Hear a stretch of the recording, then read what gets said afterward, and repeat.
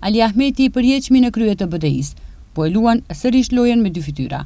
Nga njëra anë Gjoja po e shpëton Artanin nga arresti, ndërsa nga ana tjetër përmes Artanit po ja fut këmbën Bujarit. Kështu thuhet në komunikatën e sotme të Vlenit, duke shtuar se, siç thuhet, Artani përmes mbështetësve të tij besnik, tashmë po dërgon mesazhe publike. Deri dje i thoshin shef, vëlla dhe king, ndërsa sot të gjithë kanë ngritur duart dhe bëjnë sikur nuk e njohin, thon nga Vlen. Prej kohësh përshpëritet se Bujar Osmani pas zyrëve të mbyllura po kërkon që Aliu të tërhiqet në mënyrë që BDI-ja sërish të bëhet një opozit konkurruese.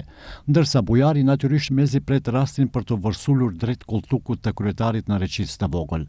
Prandaj në Reqicë të vogël nuk vlen të qetë. Disa kanë frikë nga ajo që di Artani, të tjerën nga ajo që mund të thotë, ndërsa të tretët tashmë llogarisin se kë do ta tërheq me vete. BDI-ja prej kohësh nuk funksionon vetëm si parti politike, por si një banë politike, interesi kryesor i së cilës janë tenderët dhe shpëtimi i lëkurës së vet. E lexova kumtesën e sotme të Vlenit, ku me një gjuhë të ulët dhe fyese i drejtohen Ali Ahmetit.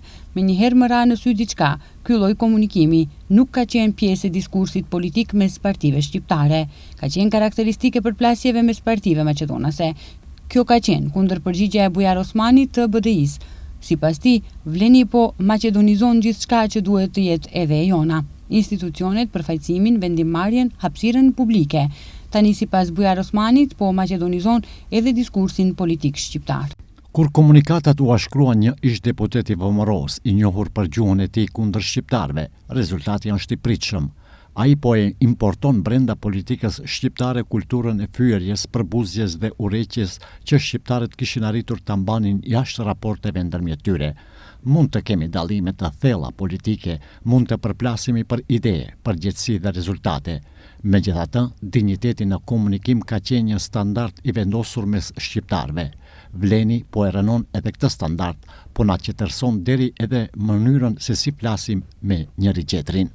Përplasja Vlen BDI vjen në kohën kur shtrohet pyetja nëse aktakuza kundër Artan Grupit mund të shkaktojë tronditje brenda BDI-s, jo vetëm për shkak të vlerësimit të koalicionit Vlen, se Artan Grupi është kutia e zeze e BDI-s, por dhe për shkak të shqetësimit se po vlon pakënaqësia për mënyrën se si udhëheqësia e BDI-s është sjell ndaj grupit dhe familjes së tij.